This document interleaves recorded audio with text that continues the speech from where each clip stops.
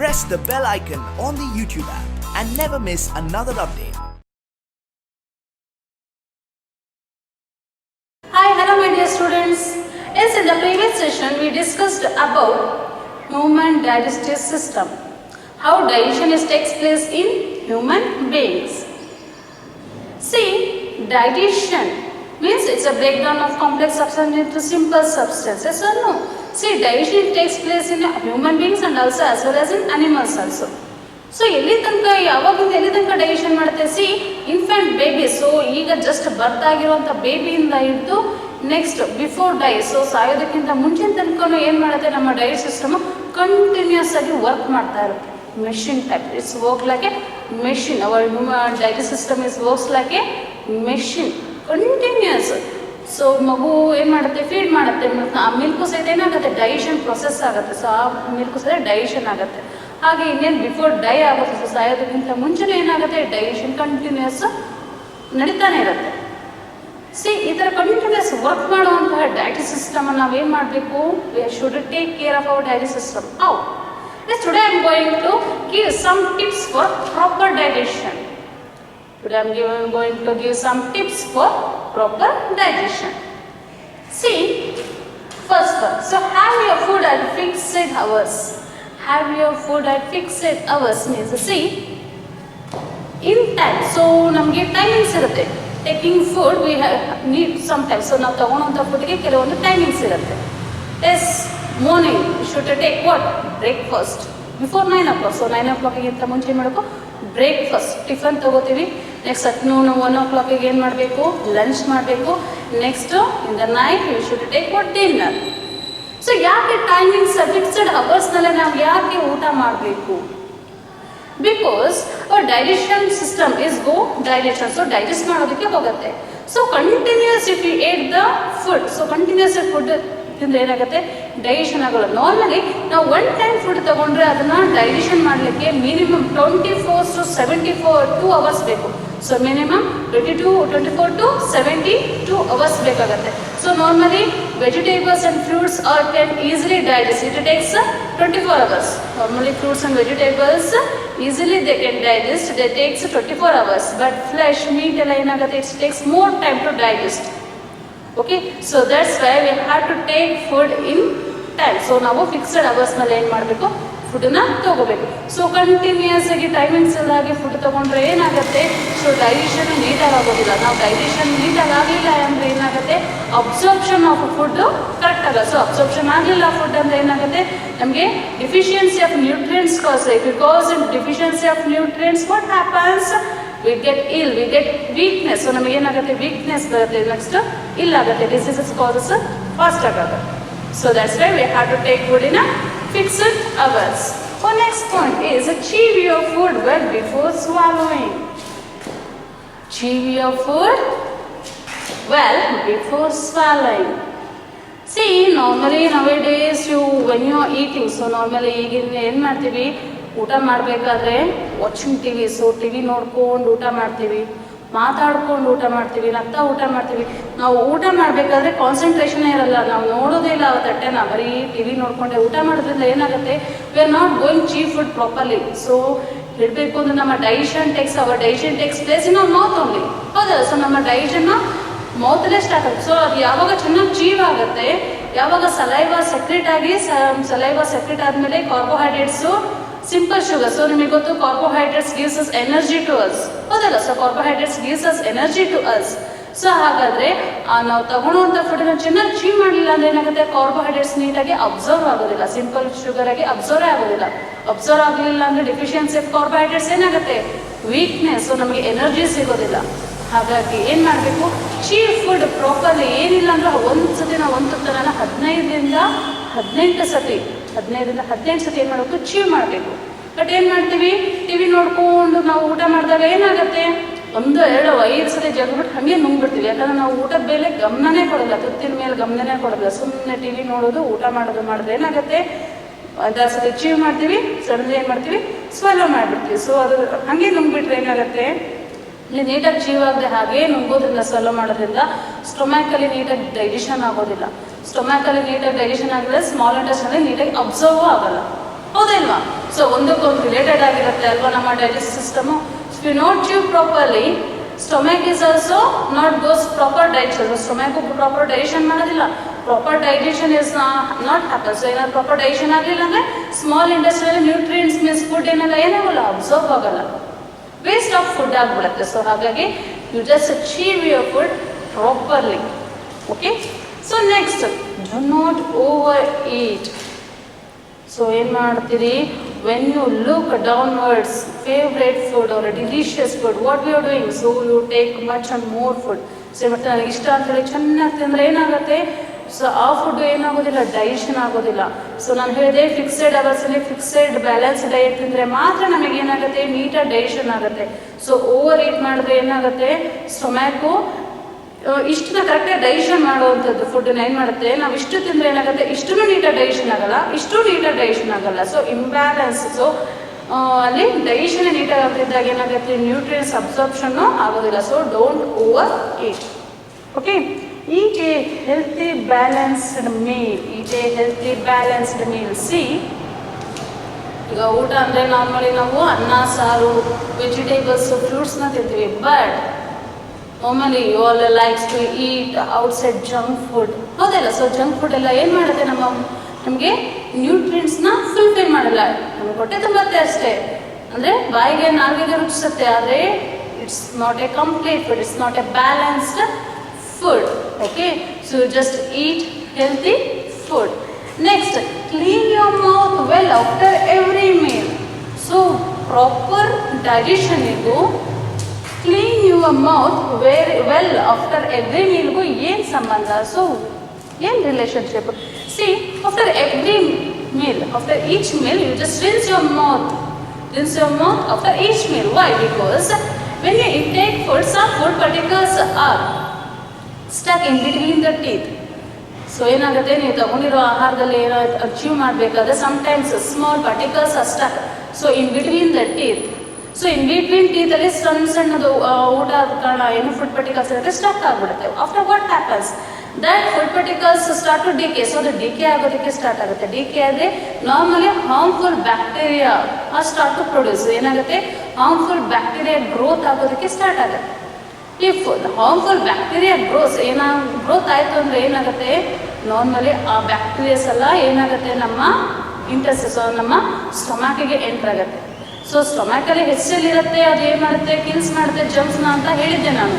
But sometimes ಏನಾಗುತ್ತೆ, ಅದು escape from that H cell. So escape ಆಗುತ್ತೆ, ಹೆಚ್ಸೆಲಿಂದ ಎಸ್ಕೇಪ್ ಆಯಿತು ಅಂದರೆ ನೆಕ್ಸ್ಟ್ ಏನು ಮಾಡುತ್ತೆ, it will be cause diseases. So that's why rinse your mouth after each meal. ಅಂದರೆ ಬಾಯಿನ ಊಟ ಆದ ತಕ್ಷಣ ಮಾಡ್ಕೊ ಬಾಯಿ ಮುಕ್ಕಳಿಸಿದಾಗ ಏನಾಗುತ್ತೆ, ಅಲ್ಲಿ ಇಲ್ಲಿ ಸಿಕ್ಕಾಕೊಂಡಿರೋಂಥ ಫುಡ್ ಪಾರ್ಟಿಕಲ್ಸ್ ಏನಾಗುತ್ತೆ, ಔಟ್ಸೈಡ್ ಬಂದ್ಬಿಡುತ್ತೆ. Okay, next is drink plenty of water. C, ಏನು ಮಾಡಬೇಕು, drink plenty of water. See what happens, it's lubricates the body and it stimulate the organ system. Digestive organ ಸಿಸ್ಟಮ್ನ ಏನು ಮಾಡುತ್ತೆ, ಸ್ಟಿಮ್ಯುಲೇಟ್ ಮಾಡುತ್ತೆ. Which one, water. Okay, some tips for proper digestion, that it is, have your food at fixed hours. Next, chew your food well before swallowing. Next, do not overeat. Eat a healthy balanced meal. And next, clean your mouth well after every meal and drink plenty of water. When you follow these tips, our digestive system is doing work well. So ಏನಾಗುತ್ತೆ, ನಮ್ಮ digest system ನೀಟಾಗಿ work ಮಾಡ್ತಾ ಇರುತ್ತೆ. So ಯಾಕಂದರೆ ಅದು machine ಥರ, so continuous ಆಗಿ work ಮಾಡ್ತಾ ಇರುತ್ತೆ. ಹಾಗಾಗಿ we should take care of our digestive system. Okay, next we are going to discuss about preparing food. So preparing food, why you are going to prepare food. So ಯಾಕೆ ಫುಡನ್ನು prepare ಮಾಡಬೇಕು, why it's necessary. Okay, so ಅದ್ರ ಬಗ್ಗೆ ನಾವೀಗ study ಮಾಡೋಣ.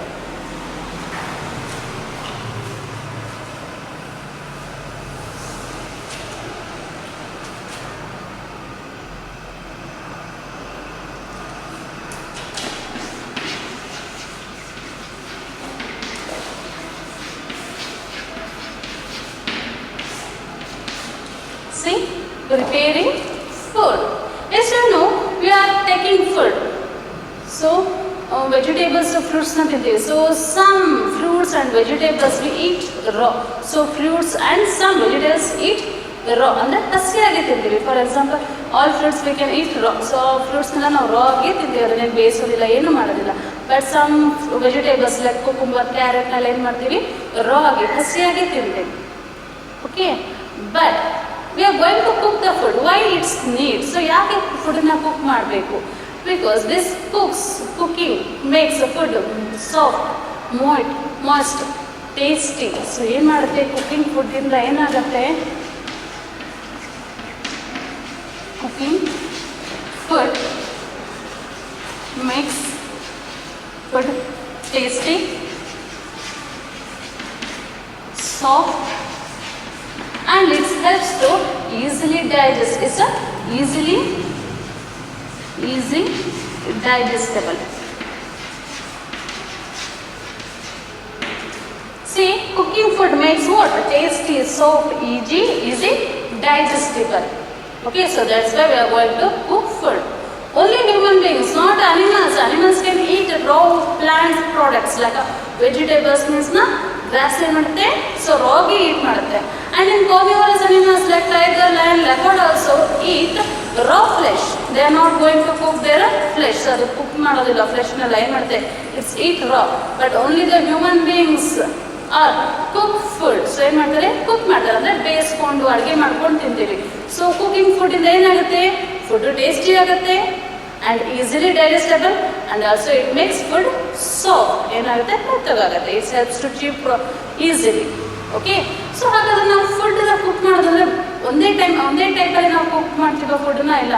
Some food will be baking, some food will be boiling, some foods will be fry. So ಕೆಲವೊಂದನ್ನ fry ಮಾಡ್ತೀವಿ, ಕೆಲವೊಂದನ್ನ ಬೇಯಿಸ್ತೀವಿ, ಸೊ ಕೆಲವೊಂದನ್ನ ಬೇಕ್ ಮಾಡ್ತೀವಿ. ಸೊ ಡಿಫ್ರೆಂಟ್ ಟೈಪ್ಸ್ ನಾವು ಫುಡ್ನ ಕುಕ್ ಮಾಡ್ತೀವಿ. So for example rice and ಪೊಟ್ಯಾಟೋನ ಏನು ಮಾಡ್ತೀವಿ, ಬಾಯ್ಲ್ ಮಾಡ್ತೀವಿ. ಏನು ಮಾಡ್ತೀವಿ, ಬಾಯ್ಲ್ ಮಾಡ್ತೀವಿ.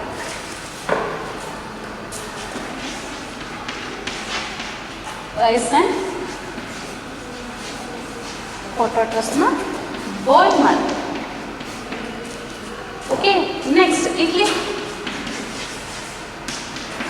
ಇಡ್ಲಿನ ನಾವು ಸ್ಟೀಮ್, ಹಬೆಯಲ್ಲಿ ಬೇಯಿಸ್ತೀವಿ. ಓಕೆ, ನೆಕ್ಸ್ಟ್ ಪೂರಿಸ್ನ ಫ್ರೈ, ಎಣ್ಣೆಗೆ ಕರಿತೀವಿ. ಸೊ ಎಣ್ಣೆಯಲ್ಲಿ ಏನು ಮಾಡ್ತೀವಿ, ಕರಿತೀವಿ. ನೆಕ್ಸ್ಟ್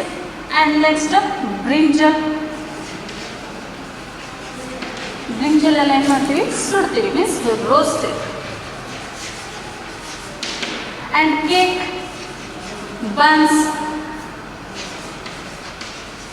ಬನ್ಸ್ನೆಲ್ಲ ಏನು ಮಾಡ್ತೀವಿ, ಬೇಕ್ ಮಾಡ್ತೀವಿ. It's a baking food. So it's a ಬೇಕ್ ಮಾಡ್ತೀವಿ. ಸಿ ರೈಸ್, ಪೊಟ್ಯಾಟೋಸ್ನ ನಾವೇನು ಮಾಡ್ತೀವಿ, ಬಾಯ್ಲ್ ಅಂದರೆ ಬೇಯಿಸ್ತೀವಿ. ನೆಕ್ಸ್ಟ್ ಇಡ್ಲೀಸ್ನ ಸ್ಟೀಮ್, ಹಬೆಯಲ್ಲಿ ಬೇಯಿಸ್ತೀವಿ. ಅದೇ ಇಡ್ಲಿನ ನಾವು ಬಾಯ್ಲ್ ಮಾಡೋದಕ್ಕೆ ಹೋದರೆ, ಈಗ ಬಾಯ್ಲ್ ಮಾಡಬೇಕಂದ್ರೆ ರೈಸ್ ಪೊಟ್ಯಾಟೋ ಏನು ಮಾಡ್ತೀವಿ, we put some water. So water ಹಾಕ್ತೀವಿ. ಅದೇ ನಾವು ಇಡ್ಲಿಗೆ ನೀರು ಹಾಕ್ಬಿಟ್ಟು ಬೇಯಿಸಕ್ಕೆ ಹೋದರೆ ಅದು ಬೇಯುತ್ತಾ ಇಲ್ಲ, ಏನಾಗುತ್ತೆ, ಅದು ಮಾಡಲಿಕ್ಕೆ ಬರೋದಿಲ್ಲ. ನೆಕ್ಸ್ಟ್ ಪೂರಿನ ಸ್ಟೀಮ್ ಮಾಡ್ಲಿಕ್ಕೆ ಹೋಗ್ತೀವಾ, no we are not going to steam puri. So ನಾವು ಬಾಯ್ಲ್ ಮಾಡೋದಕ್ಕಾಗತ್ತಾ, ಇಲ್ಲ. ಅದನ್ನೇನು ಮಾಡಬೇಕು, ಎಣ್ಣೆಲಿ ಕರೆದ್ರೆ ಅದು ಪೂರಿ ಆಗೋದು.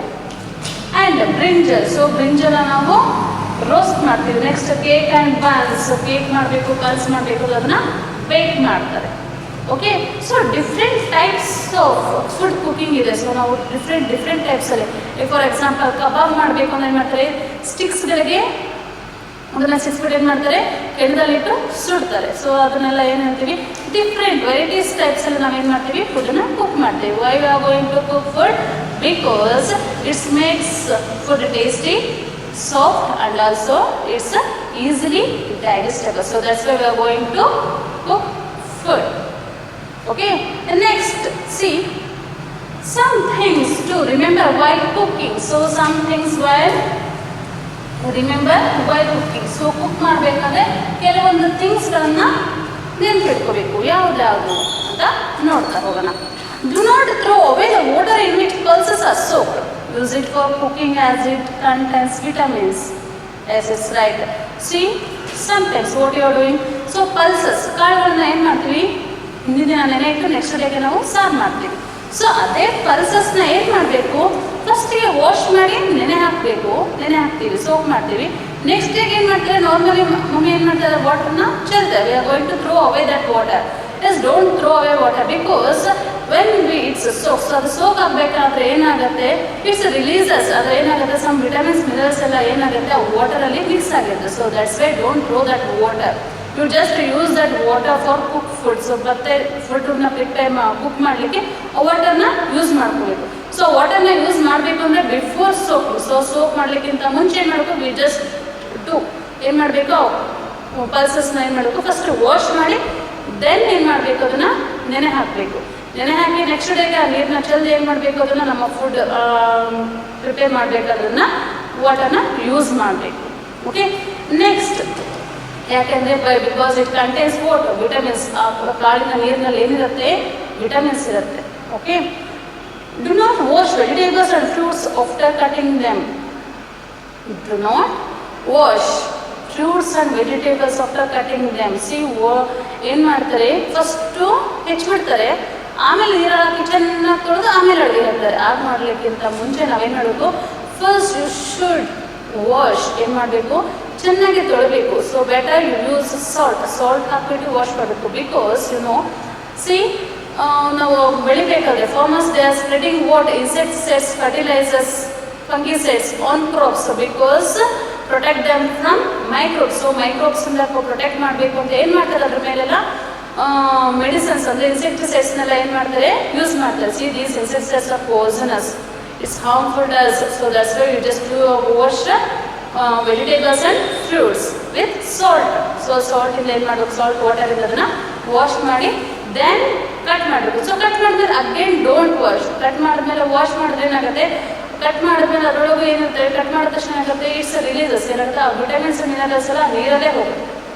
ಸುಮ್ಮನೆ ಅದನ್ನು ಅಡುಗೆ ಹಾಕಿದ್ರೆ ಏನೂ ಇರಲ್ಲ, ಸುಮ್ಮನೆ ವೆಜಿಟೇಬಲ್ಸ್ ಫ್ರೂಟ್ಸ್ ಅಂತ ವೆಜಿಟೇಬಲ್ಸ್ ಅಷ್ಟೇ ಅನ್ಬೇಕು, ಅದರಲ್ಲಿ ಏನಿಲ್ಲ. ಯಾಕಂದರೆ ವೆಜಿಟೇಬಲ್ಸ್ ಇಂದ ಎಲ್ಲ ವಿಟಮಿನ್ಸ್ ಆ ವಾಟರಲ್ಲೇ ಮಿಕ್ಸ್ ಆಗಿಬಿಡುತ್ತೆ. And next, do not over cook. Too much roasting and frying destroys the nutrients. So if you cook the food, over cook ಮಾಡೋದ್ರಿಂದ ಏನಾಗುತ್ತೆ, ಫ್ರೈ ಮಾಡೋದ್ರಿಂದ ಅದರೊಳಗಿರುವಂಥ ವಿಟಮಿನ್ಸ್ ಮಿನರಲ್ಸ್ ಎಲ್ಲ ಏನಾಗುತ್ತೆ, ಡೆಸ್ಟ್ರಾಯ್ ಆಗುತ್ತೆ. Okay, so next is while boiling, take just enough water so that the water which has absorbed the nutrients is not thrown away. See, when you are going to boil, so boil ಮಾಡಬೇಕಾದ್ರೆ ಅಂದರೆ ಬೇಯಿಸ್ಬೇಕಾದ್ರೆ ಅದಕ್ಕೆ ಎಷ್ಟು ಬೇಕೋ ಅಷ್ಟೇ ನೀರನ್ನ ಹಾಕಬೇಕು. ಅದೆಷ್ಟು ಬೇಕೋ ಅದಷ್ಟನ್ನ ಅಬ್ಸರ್ವ್ ಮಾಡ್ಕೊಳ್ಳೋ ಹಾಗೆ ಹಾಕಬೇಕು. ಸೊ ಚೆನ್ನಾಗಿ ಬಾಯ್ಲ್ ಮಾಡೋದಕ್ಕೆ ಇಷ್ಟು ಬಾಯ್ಲ್ ಮಾಡಲಿಕ್ಕೆ ಇಷ್ಟು ನೀರು ಹಾಕಿದ್ರೆ ಅದೇನಾಗುತ್ತೆ, ಇಟ್ ರಿಲೀಸಸ್. ಬಾಯ್ಲ್ ಮಾಡಬೇಕಾದ್ರೆ ಅದರೊಳಗಿರೋ ವಿಟಮಿನ್ಸ್ ಮಿನರಲ್ಸ್ ಎಲ್ಲ ಏನಾಗುತ್ತೆ, ವಾಟರ್ ಜೊತೆ ಮಿಕ್ಸಪ್ ಆಗುತ್ತೆ. ಮಿಕ್ಸಪ್ ಆದಮೇಲೆ ಏನಾಗುತ್ತೆ, ನೆಕ್ಸ್ಟ್ ಏನು ಮಾಡ್ತೀವಿ, ನಾವು ವಾಟರ್ನ ಥ್ರೋ ಮಾಡಿಬಿಟ್ರೆ ಅದನ್ನು ಚೆಲ್ಬಿಟ್ರೆ ಏನಾಗುತ್ತೆ, ಅದರೊಳಗೆ ವಿಟಮಿನ್ಸ್ ಮಿನರಲ್ಸ್ ಎಲ್ಲ ವೇಸ್ಟ್ ಆಗಿಬಿಡುತ್ತೆ. ಇಲ್ಲಿ ಬರೀ ಫುಡ್ ಪಾರ್ಟಿಕಲ್ಸ್ ಇರುತ್ತೆ, but it's not contain any nutrients. That nutrients are all mixes with that water. If you spare, if you throw away the water, it will be waste. So ಅದೇನಾಗುತ್ತೆ, waste ಆಗುತ್ತೆ. ಹಾಗಾಗಿ do not throw that water. Which are the points yes, soak ಆಗಿರುವಂತಹ ನೆನೆ ಹಾಕಿರುವಂಥ ಕಾಳಿನ ನೀರನ್ನ ಚೆಲ್ಲಬಾರ್ದು ಅಲ್ವಾ, don't throw away. And next point is do not over cook. Okay, so before cutting vegetables and fruits, wash it. After cutting, don't wash. Okay, next is about preserving food. Next we are going to discuss about preserving food. Yes, why is preserving is necessary? ಯಾಕೆ preserving ಮಾಡಬೇಕು? Preserving, why it is necessary? Preserving means what? The process of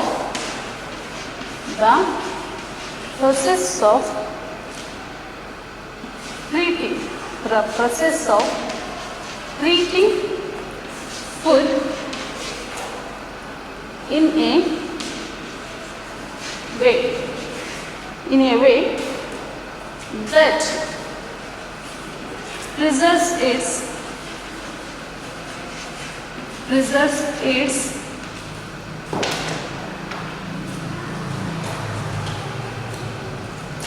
its value for a long time.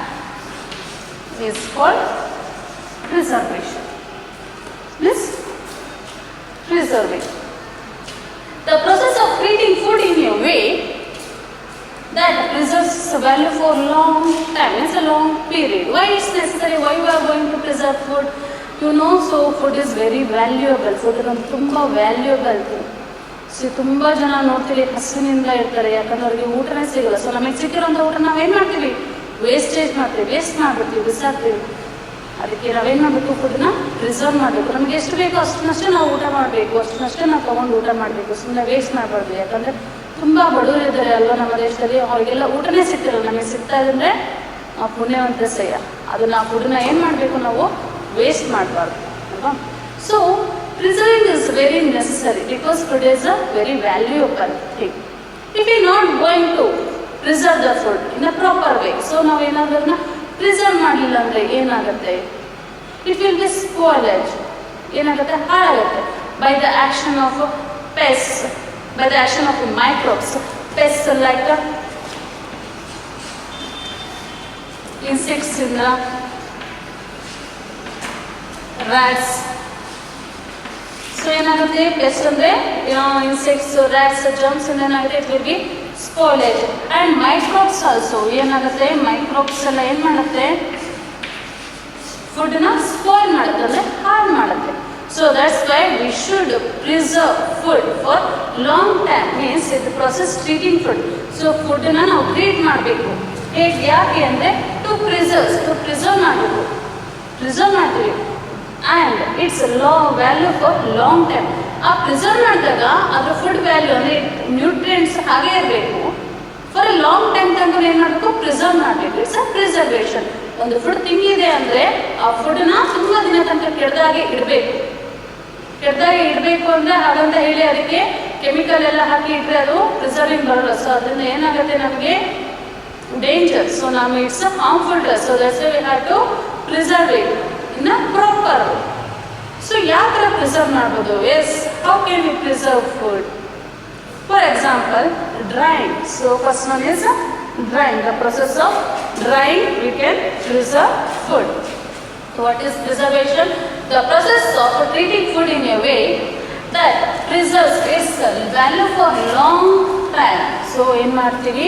Value for long ಟೈಮಿಗೆ preserve ಮಾಡಿ. If you not preserve the food, what happens? It will be spoilage by the action of a pest, insects, rats and also microbes ಅಲ್ವಾ. So that's why we have to preserve the food. So first is drying. So drying means ಒಣಗಿಸೋದು. ಒಣಗಿಸೋದ್ರಿಂದ ಏನಾಗುತ್ತೆ? Drying, if you going to dry the food, it will be so for long time. Not all the foods. So ಎಲ್ಲ ಫುಡ್ನ ನಾವು dry ಮಾಡಲಿಕ್ಕಲ್ಲ. Some foods, grains, pulses and some leaves like pudina, methi, ಇದೆಲ್ಲ ಏನು ಮಾಡ್ತಾರೆ? ಡ್ರೈ ಮಾಡಿಬಿಟ್ಟು ಸ್ಟೋರ್ ಮಾಡ್ತಾರೆ. So ಪುದೀನ, ಮೇಥಿನ ಸ್ಟೋರ್ ಮಾಡಿ ಏನು ಮಾಡ್ಬೋದು? ನೆಕ್ಸ್ಟ್ ಫುಡ್ ಪ್ರಿಪೇರ್ ಮಾಡಬೇಕಾದ್ರೂ ಯೂಸ್ ಮಾಡ್ಬೋದು. ಪಲ್ಸಸ್, ಗ್ರೇನ್ಸ್ನೆಲ್ಲ ಏನು ಮಾಡಬೇಕು? ಚೆನ್ನಾಗಿ ಬಿಸಿಲಿಗೆ ಒಣಗಿಸಿದ್ರೆ ಏನಾಗುತ್ತೆ? ಅದು ಸ್ಟೋರ್ ಮಾಡ್ಬೋದು. ಅದಕ್ಕೇನು ಜರ್ಮ್ಸ್ ಆಗಲಿ, ಕಾಳುಗಳಿಗೆ ಹುಳಾಗಲಿ ಏನು ಹಿಡಿಯೋದಿಲ್ಲ, ಹೌದಲ್ಲ. ಸೊ ಬೈ ಯೂಸಿಂಗ್ ಡ್ರೈಯಿಂಗ್ಸ್, ಸೊ ನಾವು ಚೆನ್ನಾಗಿ ಒಣಗಿಸೋದ್ರಿಂದ ಫುಡ್ಡನ್ನು ಫಾರ್ ಎ ಲಾಂಗ್ ಟೈಮಿಗೆ ಸ್ಟೋರ್ ಮಾಡೋದು. ಯಾವ್ಯಾವ ಫುಡ್ಡನ್ನು ಸ್ಟೋರ್ ಮಾಡ್ಬೋದು? ಮೇಥಿ ಮೀನ್ಸ್ ಮೆಂತ್ಯ ಸೊಪ್ಪು. ನೆಕ್ಸ್ಟು ಪುದೀನ also and grains and pulses, etc. See, these food things we can preserve by drying. So drying ಅಂದ್ರೆ ಚೆನ್ನಾಗಿ ಬಿಸಿಲಲ್ಲಿ ಒಣಗಿಸಿಟ್ರೆ ಏನಾಗುತ್ತೆ? ತುಂಬ ದಿನ ತನಕ ನಾವೇನು ಮಾಡ್ಬೋದು? ಸ್ಟೋರ್ ಮಾಡ್ಬೋದು. Next is refrigeration.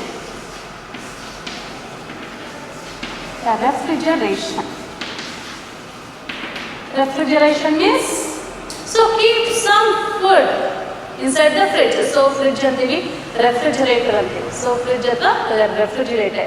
We keep some fruits and vegetables, some milk, bread inside this refrigerator. It's cool down. So temperature of this refrigerator is cool, so low.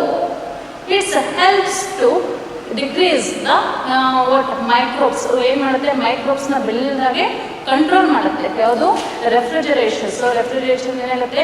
It's temperature ಏನಿರುತ್ತೆ? ಕೂಲ್ ಇರುತ್ತೆ, means low ಇರುತ್ತೆ. Temperature low ಇದ್ದಾಗ ಏನಾಗುತ್ತೆ?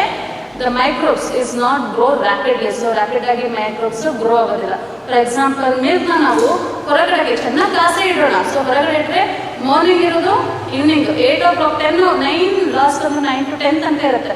ಅದಾದ್ಮೇಲೆ ಏನಾಗುತ್ತೆ, spoil ಆಗುತ್ತೆ because of the action of microbes. So ಮೈಕ್ರೋಬ್ಸ್ನ action ಹಾಳಾಗುತ್ತೆ. ಅದೇ ಮಿಲ್ಕನ್ನು ನಾವು ಫ್ರಿಜ್ಜಲ್ಲಿ ಅಥವಾ ರೆಫ್ರಿಜರೇಟರಲ್ಲಿ ಇಟ್ಟರೆ ಏನಾಗುತ್ತೆ, ಸೊ ಇವತ್ತು ನಾಳೆ 2 days ಅಂತ ಇರುತ್ತೆ. So it's decrease the rapid grow of microbes. Refrigerator ಇಂದ ಏನಾಗುತ್ತೆ, rapid grow of microbes stop ಆಗುತ್ತೆ. ಆ್ಯಂಡ್ ಏನೇನು ಇರ್ಬೋದು refrigerator, almost fruits. So fruits ಆಗಿದೆ ನಾವು ಹೊರಗಡೆ ಇಟ್ಟರೆ 1 day 2 day ಇರುತ್ತೆ, ಚೆನ್ನಾಗಿರುತ್ತೆ. ನೆಕ್ಸ್ಟ್ ಡೇಗೆ ಏನಾಗುತ್ತೆ, ಸ್ಟ್ರಿಂಕ್ ಆಗುತ್ತೆ, ಹಾಳಾಗುತ್ತೆ. ಅದ್ರ ಬದಲು ನಾವು ಫ್ರಿಜ್ಜಲ್ಲಿ ಇಟ್ಟರೆ 3 to 4 days ಇರ್ತೀವಿ, ಹೌದಿಲ್ಲ. And also vegetables, milk etcetera. So ಏನು ಮಾಡ್ತೀವಿ ನಾವು, ರೆಫ್ರಿಜರೇಟರಲ್ಲಿ ಪ್ರಿಸರ್ವ್ ಮಾಡ್ತೀವಿ. And next is adding sugar and salt. So adding sugar and salt to preserve food. See, we call that it is a preservative. See, both these are acts like a preservative.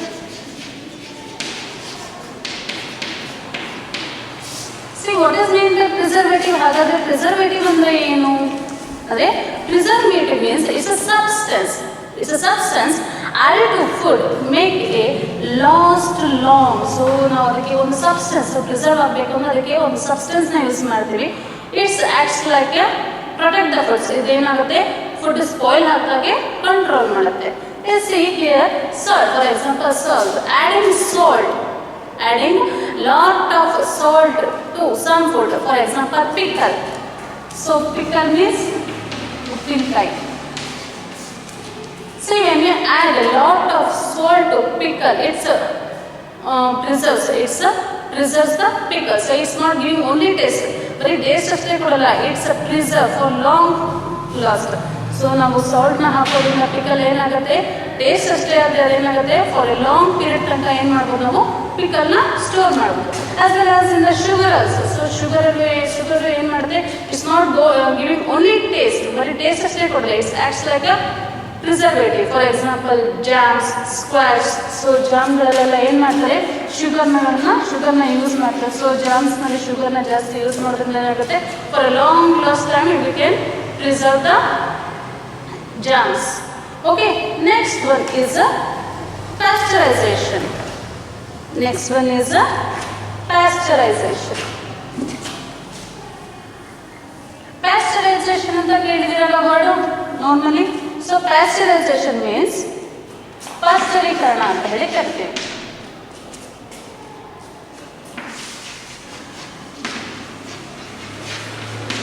Pasteurization means ಪಾಶ್ಚರೀಕರಣ. So normally we are going to pasteurize the milk. So pasteurization in the pasteurization in milk is heated to a high temperature and then quickly cooled. So ಏನು ಮಾಡ್ತಾರೆ, ಹಾಲನ್ನ ಕರೆದ್ಮೇಲೆ ಏನು ಮಾಡ್ತಾರೆ, ಪ್ಯಾಸ್ಟರ್ಸು big ಕಂಟೈನರಲ್ಲಿ store ಮಾಡಿದ್ರೆ ಏನು ಮಾಡ್ತಾರೆ, ಚೆನ್ನಾಗಿ ಹೀಟ್ ಮಾಡ್ತಾರೆ. ಸೊ ಆಮೇಲೆ ಹೈ ಟೆಂಪ್ರೇಚರ್ ಹೀಟ್ ಮಾಡಿಬಿಟ್ಟು ಸಡನ್ನಾಗಿ ಕೂಲ್ ಮಾಡ್ತಾರೆ. So normally high temperature heat ಮಾಡಿದಾಗ ಅಂದರೆ ಆಲ್ಮೋಸ್ಟ್ ಜರ್ಮ್ಸ್ಗಳು ಏನಾಗುತ್ತೆ, ಕೀಲ್ ಆಗುತ್ತೆ. ಪ್ಲಸ್ ಸಮ್ ಜರ್ಮ್ಸ್ಗಳು ಏನಾಗುತ್ತೆ, ಅಂಥ ಹೀಟ್ನಲ್ಲಿ ಏನಾಗುತ್ತೆ, ಸಾಯೋದಿಲ್ಲ, ಏನಾಗುತ್ತೆ, ಬರ್ತದೆ. ಸೊ ಆ ಥರದ್ದು ಏನಾದರೂ ಜರ್ಮ್ಸ್ಗಳು ಉಳಿದಿತ್ತು ಅಂದರೆ ಸಡನ್ನಾಗಿ ಕೂಲ್ ಆಗೋದ್ರಿಂದ ಏನಾಗುತ್ತೆ, ಸಡನ್ನಾಗಿ ಟೆಂಪ್ರೇಚರ್ ವೇರಿಯೇಷನ್ ಜರ್ಮ್ಸ್ಗಳು ತಡ್ಕೊಳಲ್ಲ. ಅವೇನಾಗುತ್ತೆ, automatically it will be die. So ಏನಾಗುತ್ತೆ, continuous variation in temperature it's preserves the milk. See, the microbes are not able to withstand the sudden change in temperature and are destroyed. See, in the pasteurization milk. So ಏನು ಮಾಡ್ತಾರೆ, ದೊಡ್ಡ ಕಂಟೈನರಲ್ಲಿ ಏನು ಮಾಡ್ತಾರೆ, ಮಿಲ್ಕ್ನ store ಮಾಡಿಬಿಟ್ಟು ಏನು ಮಾಡ್ತಾರೆ, full high ಟೆಂಪ್ರೇಚರಲ್ಲಿ ಅದನ್ನು boil ಮಾಡ್ತಾರೆ. ಸೊ ಹೈ ಟೆಂಪ್ರೇಚರಲ್ಲಿ ಬಾಯ್ಲ್ ಮಾಡ್ತಾರೆ, ಆಗ ಆಲ್ಮೋಸ್ಟ್ ಜರ್ಮ್ಸ್ ಏನಾಗುತ್ತೆ, ಕೀಲ್ ಆಗುತ್ತೆ, ಮೈಕ್ರೋಬ್ಸ್ ಕೀಲ್ ಆಗುತ್ತೆ. ಆ್ಯಂಡ್ ಸಮ್ ಮೈಕ್ರೋಬ್ಸ್ ಅಂಥ ಟೆಂಪ್ರೇಚರ್ಗಳು ಉಳಿತಾರೆ.